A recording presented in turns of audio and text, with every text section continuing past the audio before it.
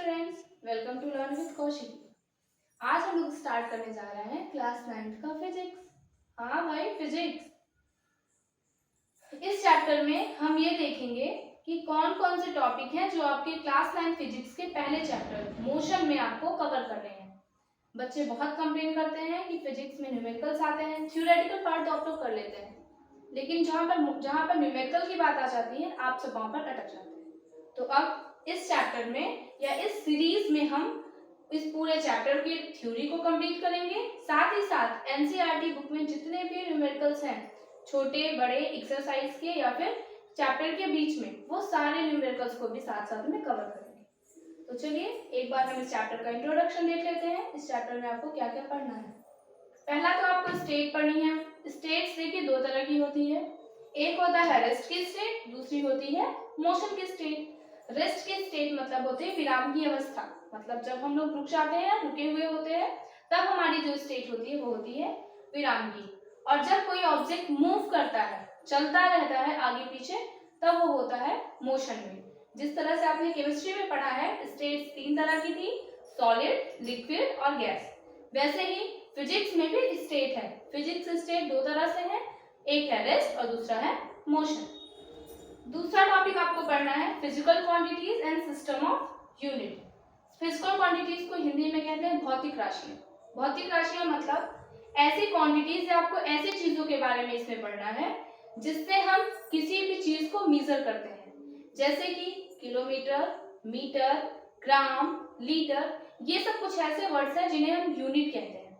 बिना इनके हम किसी भी चीज का मेजरमेंट नहीं कर सकते। दूसरा टॉपिक है इसका डिस्टेंस एंड डिस्प्लेसमेंट। डिस्टेंस तो आप लोग बहुत अच्छे से जानते हैं, कोई भी आदमी, कोई भी व्यक्ति या कोई भी ऑब्जेक्ट जितने पाथ को कवर करता जाता है, आगे की तरफ बढ़ता जाता है, वो सब उसका डिस्टेंस हो जाता है। लेकिन डिस्प्लेसमेंट कौन सी बला आ गई?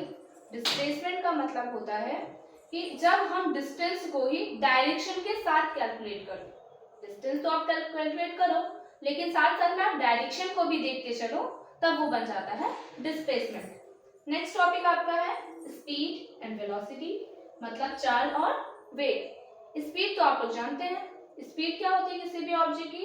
कोई भी ऑब्जेक्ट कितना डिस्टेंस चलता जा रहा है, कितने टाइम में चलता जा रहा है, ये बन गई उसकी स्पीड। ये तो आप सभी जानते हैं।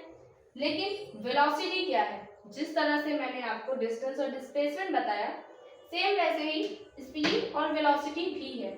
स्पीड और वेलोसिटी में सिर्फ इतना सा ही डिफरेंस है, जब हम स्पीड को भी डायरेक्शन के साथ यूज करने लगते हैं, डायरेक्शन के साथ कैलकुलेट करने लग जाते हैं, बन जाती है इसकी वेलोसिटी। नेक्स्ट है एवरेज स्पीड एंड वेलोसिटी।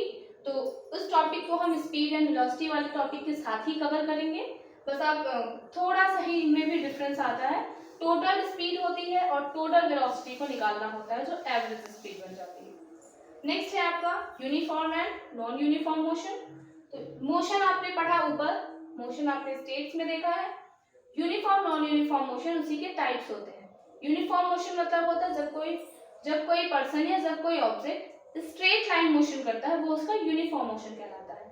और जैसे ही कोई ऑब्जेक्ट रेक्टिलाइनर मोशन या फिर स्ट्रेट लाइन मोशन नहीं करता, रेक्टिलाइनर मोशन करता है, स्ट्रेट लाइन मोशन ना रह जाए, तब जो मोशन होता है वो कहलाता है नॉन यूनिफॉर्म मोशन।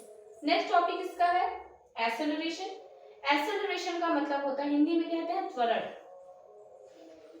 कई लोग मानते हैं कि एक्सेलरेशन बहुत तेज वेलोसिटी में जब हम चलते हैं, बहुत तेज स्पीड में चलते हैं, ये हो गया उसका एक्सेलरेशन, यही एक्सेलरेशन है। लेकिन ऐसा नहीं है।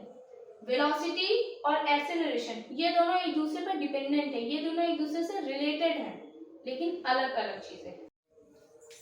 अब हमारा नेक्स्ट टॉपिक है होगा इस चैप्टर में ग्राफिकल रिप्रेजेंटेशन, मतलब ग्राफीय निरूपण। इसका मतलब होता है हम किसी भी चीज को, मतलब हम टाइम को, वेलोसिटी को, डिस्टेंस को, इन चीजों को हम ग्राफ में एक साथ कैसे शो कर सकते हैं, वो आएगा हमारा ग्राफिकल रिप्रेजेंटेशन में। नेक्स्ट टॉपिक होगा हमारा इक्वेशन ऑफ मोशन। मोशन के इक्वेशन, मोशन के वैसे तीन इक्वेशन दिए गए हैं आपको, तो तीनों इक्वेशन आपको समझना है। फिर तीनों इक्वेशन के साथ साथ तीनों इक्वेशन का आपको डेरिवेशन भी समझना है।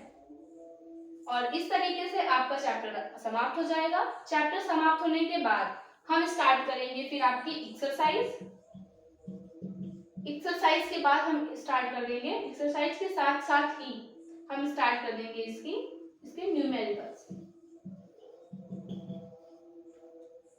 तो इस तरीके से इस चैप्टर का इंट्रोडक्शन खत्म हो गया। Thank you.